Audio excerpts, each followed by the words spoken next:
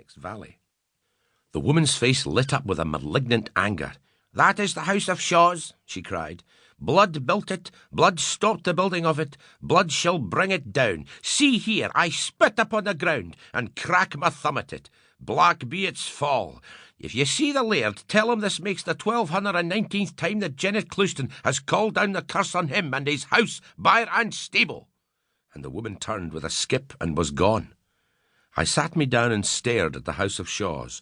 The more I looked, the pleasanter that countryside appeared, being all set with hawthorn bushes full of flowers, the fields dotted with sheep, and every sign of a kind soil and climate. And yet the barrack in the midst of it went sore against my fancy.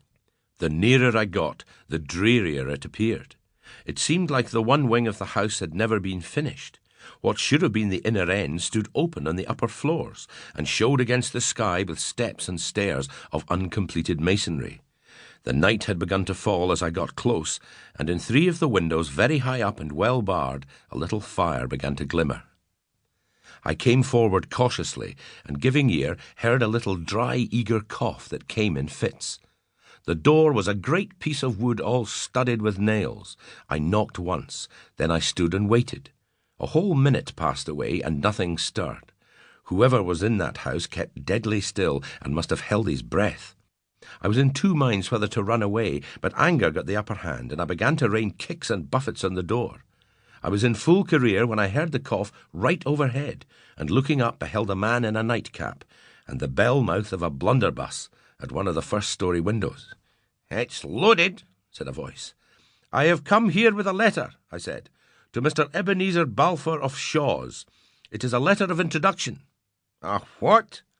I repeated what I had said. "Who are you, yourself?" was the next question, after a considerable pause. "I am not ashamed of my name. They call me David Balfour." It was with a curious change of voice that the next question followed. "Is your father dead?" I was so much surprised at this that I could find no voice to answer. "Aye," the man resumed, "he'll be dead, no doubt, and that'll be what brings ye chapping to my door. Well, man, I'll let ye in." Presently there was a great rattling of chains and bolts, and the door was cautiously opened. "Go into the kitchen and touch Nathan," said the voice, and the person of the house set himself to replacing the defences of the door. I groped my way forward and entered the kitchen. The fire had burned up fairly bright, and showed me the barest room I ever put my eyes on. 6 dishes stood upon the shelves. The table was laid for supper with a bowl of porridge, a horn-spoon, and a cup of small beer. There was not another thing in that great stone-vaulted chamber but lock-fast chests against the wall and a corner cupboard with a padlock. The man rejoined me. He was a mean, stooping, clay-faced creature, his age anything between 50 and 70. He seemed like an old, unprofitable serving man. "Are ye sharp set?" he asked. "You can eat that drop porridge?" I said I feared it was his own supper. "Oh, I can do fine wanting it. Let's see the letter." I told him the letter was for Mr. Balfour, not for him. "And who do you think I am? Give me Alexander's letter," he returned. "Little as you seem to like either me or my house, I'm your born uncle, Davy, my man." My uncle turned the letter over and over in his hands. "Do you ken what's in it?" he asked suddenly. "You see for yourself, sir, that the seal has not been broken." "I was a secret man, Alexander, a secret, silent man. He never said muckle when he was young. He'll never have spoken muckle of me." "I never knew, sir, that he had any brother." "Nor yet of Shaw's, I dare say." "Not so much as the name, sir."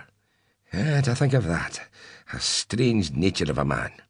He seemed singularly satisfied, for presently he jumped up. "I will agree fine yet," he cried. "I'm just as glad as I let you in. Now come and watch your bed." To my surprise, he lit no lamp or candle, but set forth into the dark passage, groping his way up a flight of steps, and paused before a door. He bade me go in. I did as he bid, but begged a light to go to bed with. "Hoot toot," said he. "Lights in a house is a thing I dinna agree with. I'm unco feared of fires. Good night, ye." He pulled the door, and I heard him lock me in. The room was as cold as a well, and the bed as damp as a peat hag. By good fortune I had caught up my bundle and my plaid, and rolling myself in the latter, I fell speedily asleep. With the first peep of day, I opened my eyes, to find myself in a great chamber hung with